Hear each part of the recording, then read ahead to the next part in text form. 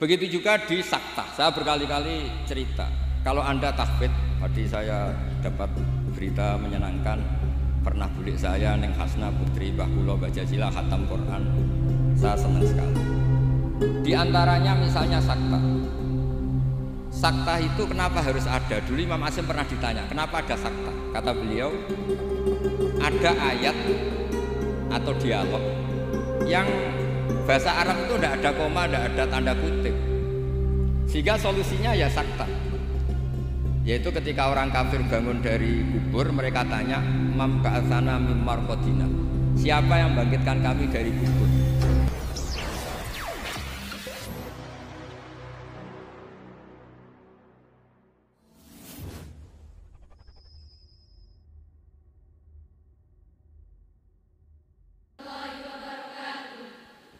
Alhamdulillahirabbil alamin wassalatu wassalamu ala asyrafil mursalin sayyidina maulana Muhammadin wa ala alihi wa sahbihi asma'in amma ba'du. Ingkang sangat kula hormati sedanten keluarga besar Kiai Jazuli, wabil khusus wonten Kiai Haji Nurul Huda, sedanten Nyai Bat, wonten Mbah Kawula Nyai Jamilah, sedanten mawon ingkang kula hormati wonten Gus Anim. Kula namung memastikan bahwa boten enten kitab ingkang berkahi Indonesia kados Alfiyah teng bab nahwu. Dados riyen dulu Alfiyah itu yang terkenal itu dibawa diantaranya Syekhona Khalil, Mbah Soleh Darat. Kemudian wonten istilah Alfiyah Kiai Jazuli. Dados Mbah Mun sering cerita dulu Mbah Khim pamanipun beliau itu mondok teng Lirboyo kalian Mbah Maimun. Gara-gara kesemsem Alfiyah ala Gus Ali yang dari Kiai Jazuli, terus Mbah Khim ini mondok teng Peloso. Dia mondok teng mriki. Dados kula secara sanad di antara mbah guru kula selain Mbah Karim nggih Kiai Jazuli. Kemudian Mbah Maimun itu di antarane ngaos tafsir teng Sayyid Alawi, abahipun Sayyid Muhammad. Dan ini menjadi rentetan kewajiban keilmuan. Dados Imam Sibawayh niki kula cerita nahwu, cerita Alfiyah. Imam Sibawayh itu kalau baca kitab itu sebelum kagum sama makna itu kagum sama penggunaan varian bahasa Arab. Misalipun mayyar tadda berarti bil idgham, posisi jazm. Tapi sebagian ayat wa mayyar tadid, sehingga teori jazmin wa syibhil jazmi takhirun kufi sama-sama pernah dipakai Al-Quran. Jadi ku wonten ayat mayyar tadda minkum, tapi kemudian ada wa mayyar tadid. Dan itu bagi peneliti lughat itu kagum betul sama Quran, karena semua varian yang sah menurut bahasa Arab itu dipakai oleh Quran. Ada lagi misalnya bentuk jamak. Jamak kafirun pakai mudzakkar salim, kufar pakai jamak taksir. Juga kata Alfiyah wa sya'a nahwu kamilin wa kamalah. Quran pakai ulaika humul kafaratul fajarah. Kafir kafarah, fajirin fajarah, yaitu wa sya'a nahwu kamilin wa kamalah. Dados niki monggo berkah Alfiyah. Niki dados solusi, dados keharusan bagi kita supaya orang itu tidak menafsirkan Quran sebelum malian bil Arabiyah. Dia sangat menguasai bahasa Arab. Karena kalau kita belajar Alfiyah, belajar balaghah, wa kula pun matur Gusdah di antara kelebihan Kiai Jazuli itu semua fan diajarkan. Kula teng putih-putih sering memberi saran dan mengharuskan lah. Kalau cari ilmu itu sisi ekstrimnya itu dikaji. Nanti kelihatan semua ilmu itu fardu ain, bukan fardu kifayah tapi fardu ain. Kalau beri contoh misalnya summum bukmun umyun. Summun itu summum bukmun umyun. Itu kan orang kafir itu tidak bisa mendengar misalnya. Bukmun orang kafir itu tidak bisa ngomong. Umyun itu orang kafir itu buta. Padahal secara fisik mereka bisa mendengar, bisa melihat, bisa semuanya. Dan itu kalau nanti Quran itu diuji secara kenyataan, ternyata mereka bisa bicara, bisa mendengar juga bisa ngomong. Tapi kalau kita ngaji balaghah ngerti duduk perkaranya. Mereka dikatakan summun karena la yasma'unal haq, tidak mau mendengar kebenaran. Dikatakan bukmun la yatakallamuna bil haq, tidak bisa ngomong hak. Dikatakan umyun karena la yubsirunal haq, tidak melihat hak. Kemudian di balaghah diajarkan kalau tasbih, kalau orang ganteng biasa disebut anta kal badri, tapi kalau sudah ganteng banget disebut anta samsun, anta badrun. Sama di kebalikannya juga sama. Kalau terlalu nggak benar, bukan lagi kasumi tapi disebut sumum bukmun umyun. Begitu juga di sakta. Saya berkali-kali cerita. Kalau Anda tahfidz, tadi saya dapat berita menyenangkan, pernah bulik saya Neng Hasna putri Mbah Kula Bajazila khatam Quran. Saya senang sekali. Di antaranya misalnya sakta. Sakta itu kenapa harus ada? Dulu Imam Asy'im pernah ditanya, kenapa ada sakta? Kata beliau, ada ayat atau dialog yang bahasa Arab itu tidak ada koma, tidak ada tanda kutip. Sehingga solusinya ya sakta. Yaitu ketika orang kafir bangun dari kubur, mereka tanya, "Mam ba'atsana mim marqadina." Siapa yang membangkitkan kami dari kubur? Terus ada al-mujawib. Min jihatillah au bilisanil malaikah hadza ma wa'adar rahman wa sadaqal mursalun. Jadi yang pertama adalah su'alul mustafhim, penanya, yang kedua adalah mujawib. Andaikan itu tidak disakta, maka betapa kacaunya. Memba'atsana mim marqadina hadza ma wa'adar rahman. Itu menjadi kekacauan secara makna yang luar biasa, sehingga kemudian disakta. Memba'atsana mim marqadina. Jawabannya apa? Hadza ma wa'adar rahman. Nah, hal-hal seperti ini juga terjadi lagi misalnya di awal Kahfi. Allah itu mensifati kitabnya yang agung. Alhamdulillahilladzi anzala ala abdi kitaba wa lam yaj'al lahu iwaja. Lan orang gawe sapa Allah lahu maring Quran ora digawe iwajan ing bengkok. Kalau dibaca langsung qayyiman itu bisa ada tasallutul amil pada qayyiman. Walam yaj'al lahu qayyiman itu fatal betul. Allah tidak bikin bengkok juga enggak bikin lurus. Tapi berkahnya sakta itu menjadi natijah. Allah itu tidak bikin Quran itu bengkok. Diam, tidak bengkok itu apa? Lurus. Nah itu makanya butuh sakta. Jadi saya berkali-kali mencontohkan, Cung, saya jangan belikan sate, pecel, rawon, itu semuanya dilarang. Tapi kalau sakta, Cung, saya jangan belikan sate, jeda, pecel. Itu artinya jangan belikan sate tapi nopo? Pecel. Nah, ilmu-ilmu yang talaqti min afahil masyayikh, kalau belum tahu hikmahnya atau illatul hukmi, paling tidak kamu sudah benar bahwa setiap baca ini sakta secara riwayat. Nanti Anda akan lebih detail kalau menguasai diroyah. Makanya kalau di masa saya sekarang sering diajarkan qaddimid diroyah ala riwayah. Setelah dikaji, memang sakta ini satu keharusan. Karena kalau tidak ada sakta bisa maknanya juga dikaji.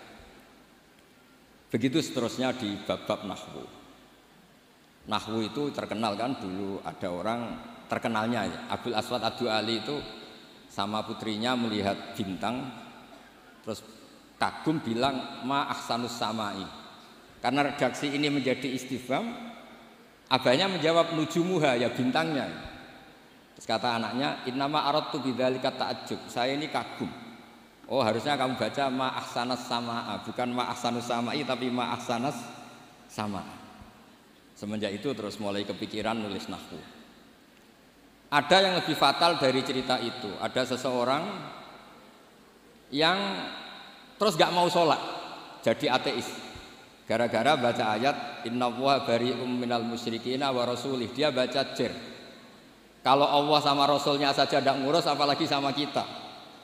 Allah itu terbebas, tidak urusan dengan orang musyrik, wa rasulih juga nggak ngurus Rasulnya. Kalau sama Rasul saja tidak ngurus, apalagi sama kita. Sama Sayyidina Ali dibenarkan yang benar bacanya itu wa rasuluh. Allah bari minal musyrikin wa rasuluhu bari'un aidan, Rasulnya juga bari'un aidan. Nah hal-hal seperti ini itu menjadikan kita akan mutafaqih, akan mengkaji fikih secara serius. dengan cara mengkaji bahasa Arab secara serius. Tanpa itu kita tidak bisa mengartikan Quran. Kemudian Alfiyah sebagai karangan, ini saya cerita sedikit. Saya juga sering mengkaji Alfiyah. Alfiyah sebagai karangan itu ya ada dengan tanda petik, ada pemberontakan, ada kritik. Kritik ini penting karena istiqmalul Arab itu tidak bisa diwadahi hanya ala madhabi Sibawayh. Sehingga meskipun Sibawayh ini orang yang paling top di dunia nahwu, tetap saja ada kritikus-kritikus nahwu yang tidak sependapat dengan beliau. Makanya di Alfiyah ada misalnya kadza kahiltanihi wattisola akhtaru ghairi ikhtaro infisola. Ada wa'audu khafidin la ta'atfin ala dhamiri khafdin laziman bajuila. Terus beliau bilang walaysa inti laziman.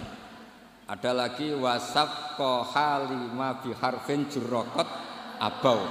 Nah, wala amnauhu faqat warok. Itu jelas beliau menantang jumhur. Beliau jelas cerita abau, semuanya menolak, tapi wala amnauhu menurut saya enggak masalah. Wa autu khafidin juga sama, kata normalnya kan maror tubika wa bizaidin, tapi kata beliau boleh maror tubika wa zaidin. Kata beliau walaysa inti laziman itqat ata fin nazmi wan nasri sahihi musbata. Dan itu akhirnya menunjukkan beliau itu alim bil qiraatis sab'i, dengan qiraah sab'ah. Ya, baca yang benar itu bil qiraatis sab'i karena qiraah itu muannas, sehingga di adat kalau muannas justru taknya apa? Dibuang. Jadi salasatan kita ikulil asyraf fi adima ahaduhu mudzakkara terus fiddit dijarrid. Jadi yang benar tuh fil qiraatis sab'i. Ya tapi yang sering orang bilang qiraah napa? Sab'ah. Nggih boten napa-napa niku dadi bahasa Indonesia ngoten mawon boten usah ditakwil. Sebetulnya kalau secara fanatik kalau makdudnya itu muannas justru tambah napa? Tak. Makanya kalau di nahwu itu fil qiraatis sab'i bukan fil qiraatis sab'ah. Tapi karena itu sudah jadi bahasa Indonesia ya sudahlah enggak. Kayak kita kalau di kampung itu wis tahiyat awal. Ape pinter kancane goblok. Ape goblok kok kiai tahiyat kok awal, mesti tahiyat ula. Jadi enak goblok bareng ngoten mawon. Karena kalau sering matur teng Mbah Kausar. Pertama korban iku lho, sesuk abahe nggih digojlok. Semoga kapan-kapan lebih berakhlak. Mbah kula. Cerita bodho iku barokah. Terus nahwu riyen dikarang barokah wong salah ma ahsanus samai. Riyen hadis paling populer nggih barokah tiyang mboten sopan. Terus Nabi pas khutbah. Niki mungkin cerita terakhir kula. Nabi pas khutbah cerita kiamat itu dahsyat. Mungkin orang ini mangkel, ini cerita kiamat kok enggak ada tanggalnya. Makanya tanya, ya Rasulullah mata sa'ah. Engkau ini cerita kiamat tapi tanggalnya enggak jelas. Engkau bilang, itu kapan kita bisa persiapan? Nabi enggak jawab. Ya mulai dulu analis itu banyak. Nabi ketika jawab, ada yang sahabat bilang lam yasma, falam yujib. Nabi enggak dengar maka enggak jawab. Yang satu bilang sami'a wa kariha. Sebenarnya Nabi dengar tapi enggak berkenan karena pas khutbah kok di jeda ada pertanyaan. Tapi lama-lama Nabi tanya, manis sa'il. Yang tanya tadi siapa? Diulang lagi sama Arabi tadi. Mata sa'ah. Terus Nabi tanya, ma'at tattalah. Andai kan tahu kapan kiamat, yang kamu persiapkan apa? Fawa wa ma'atatullaha kabira sholatin wala kada wa kada walakinni uhibbuka. Saya tidak menyiapkan banyak sholat, tidak menyiapkan banyak zakat, tapi saya mencintai engkau ya Rasulullah. Terus kata Nabi, anta ma'aman ahbabta. Sebagian riwayat almar'u ma'aman ahabba. Itu satu masjid senang semua. Karena mereka tahu kita tidak mungkin ngamal kayak Rasulullah, tapi kita akan bersama Rasulullah karena mencintai Rasul. Itu satu peristiwa yang awalnya mangkel karena ada orang nggak sopan ini. Tapi menjadi berkah semuanya hafal. Itu juga barokahnya orang salah. Mulane nek sampean maca kitab salah, benci salah sing barokah. Mboten karena barokah salah niku terus ketok murid. Kula riyen ndek kanca niku gobloke ra karuan. Ambek kula mangkel. Gus ngaji aja pinter-pinter, gak sopan nyanyi Mbah Mun. Terus nak goblok kan gak nyanyi gurune dadi saya ini goblok ini amdan bukan sahwan kata. Karena Mbah Mun pinter, masa murid ikut pinter, mboten napa? Sopan. Jadi maksud kula niku nak sampean pinter nggih ben dadi bangga Pondok Al-Falah, nak goblok nggih niati tawadhu. Wong Gus Kausar potongane mau disaingi ngoten. Terus kabeh niku saya. Karena ciri utama iman itu qadha qadar khairihi wa syarrihi minallah. Kula niku nate ngisi muji tiyang medhit niku kathah sing janggal. Kula niku mbek wong medhit nggih seneng, mbek wong lomo ya seneng. Kok saged, Gus? Nak lomo untuk dhuwit ya nek dienggo apa ta apa lah jenenge dhuwit. Nak mbek wong medhit iku nggih seneng kok. Mboten njaluk swarga. Kadang wong lomo 100.000 njuk swarga. 200.000 njuk anake pinter apal alfiyah apal Quran. 100.000 njaluk napa? Swarga. Artinya gini, kita ini kan nanti takut hisab. Kalau nggak ada orang yang ngasih kita ini nggak akan dihisab. Karena yang ngasih itu ya ono kompensasi nih. Apalagi politikus, nak ngekeki gak dituruti karepe niku diitung. Maksudnya niku nak entuk dhuwit ya barokah, kena iku sedekah. Nak ra entuk dhuwit nggih barokah, mboten enten napa hisab. Itu harus diperkuat supaya kita jadi kiai itu pede. Wau dawuh Gus Dan niku Mbah Jazuli niku pede. Kula nate diceritani beliau sowan Mbah Hamid. Jenengan sinten? Kula Jazuli. Lah anak sing kiai teng Kediri sinten? Kula. Masyhur cerita iki Jazuli. Dados dadi kiai niku sing pede. Dawuh bapak kula nggih ngoten. Kon ngimami masjid ra gelem, kon mulang ra gelem, nek ana salah komen. Iku ra tawaduk, iku mau tanggung jawab. Jadi kadang-kadang orang itu gayanya tawaduk, tapi prakteknya nggak mau napa? Tanggung napa? Tapi kalau suwun belajar alfiyah sing tananan, terus kritik-kritik tentang alfiyah juga dikaji karena kritik ini awal menjadi ilmu itu cukup untuk melihat varian bahasa Arab. Saya beri contoh terakhir. Normalnya hamzah di lafadz naba itu diganti ya. Naba'a yang ba'u naba'an. Tapi Imam Nafi' itu tetap selalu baca ya ayyuhan nabi'u wan nabi'in. Tapi barokahnya Imam Nafi' baca ya ayyuhan nabi'u, he wong sing nyeritakno hukume Allah. Orang tahu kalau nabiyun itu yaknya itu bukan karena nakis selam, tapi yaknya itu badalun anil apa? Hamzah. Buktinya di fi'ilnya tetap hamzah. Wa nabbi'hum an dhaifi Ibrahim. Nabi ibadi anni anal ghafurur rahim. Amma yatasaalun anin naba'il azim. Itu jelas pakai hamzah, berarti mahmuslam. Tapi orang Quraisy gak suka hamzah. Wa Quraisyun lam yuhammis. Ada yang baca wa Quraisyun lam tuhammis. Seperti lazimnya muannas yang tidak hakiki, itu boleh tarkut tak boleh ndak. Itu ada orang Tamim, itu kalau manggil Nabi itu ya Nabi Allah. Hei orang yang menceritakan ketentuan Allah. Terus kata Nabi, ana Quraisyun. Saya ini orang Quraisy, jadi kalau baca ya Nabi Allah. Nah nanti setelah Anda belajar qiraah sab'ah atau qiraah al-qiraatus sab'u tadi. Walam yakullahu kufuwan ahad. Kufuwan itu tidak ada maknanya. Yang dimaksud Allah adalah walam yakullahu kuf'an ahad. Allah itu tidak ada yang menyamai seperti di bab kafaah. Itu mahmuslam. Tapi di takhfif menjadi wawunya diganti apa? Apa hamzahnya diganti apa? Wawu. Sehingga tetap ada qiraah walam yakullahu kuf'an ahad. Qiraah kita walam yakullahu kufuwan ahad. Begitu juga lafadz yastahzi'u. Orang kafir itu kalau dengar adzan atau dengar sholat ittakhadhu huzuwaw wala iba. Pakai wawu huzuwaw. Tapi nanti di fi'ilnya Allahu yastahzi'u bihi. Nah ini pentingnya ngaji. Jadi saya mohon ngaji nahwunya ya jalan, iklalnya ya jalan. Karena iklal ini penting. Dulu Nabi ketika baca walaqad yassarnal Qur'ana lidzikri fahal mim muddakir. Itu sahabat kaget semua. Karena mereka tahu kalau yang dimaksud Nabi itu Quran saya mudahkan, apakah kamu bisa ingat? Mereka tahu kalau maknanya ingat itu pakai dzal. Makanya sahabat antar mereka tanya, adalan amdalan. Tadi Nabi melafadzkan dal apa dzal? Semuanya bilang dalan. Nabi tadi jelas bacanya fahal mim muddakir. Akhirnya ditemukan ilal tafdi alin rudda istramut bagi fiddana wasdat wadakir dalan bagi. Jadi zakaro ikut wazan ifta'ala menjadi apa? Iftakaro. Terus kena kaidah tafdi alin rudda istramut bagi. Kemudian apa? Dal diganti apa? Dal. Setelah diganti dal tak diidupkan ke apa? Dal menjadi fahal mim muddakir. Terus niki bentuk tawaduk kula teng Kiai Ida teng sedanten teng ning Bat sedanten teng Mbah Jamil. Mugi niki barokah kula nggih mboten biasa fatwa tapi kula biasa kajian ilmiah. Wau mun didhawuhi kathah kalian Gus Kausar nggih. Muga-muga sing dawuhi saged nglakoni. Terus mergi kula niku nek ana wong setor alfiah ijek eling nek zaman mondok sarang, wong setor kok ijek eling berarti gak wong bener. Lah kok saged wis disetara gunune ya entek. Nek ijek eling berarti ijek nyiso.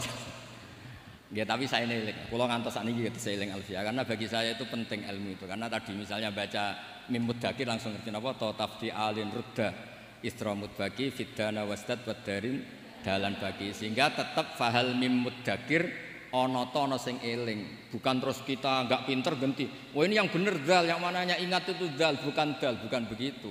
Asal usulnya dal karena jejer tak kemudian diganti napa? Dal, itu dalan bagi. Nggih, ngoten mawon ngapunten kathah. Assalamualaikum warahmatullahi wabarakatuh.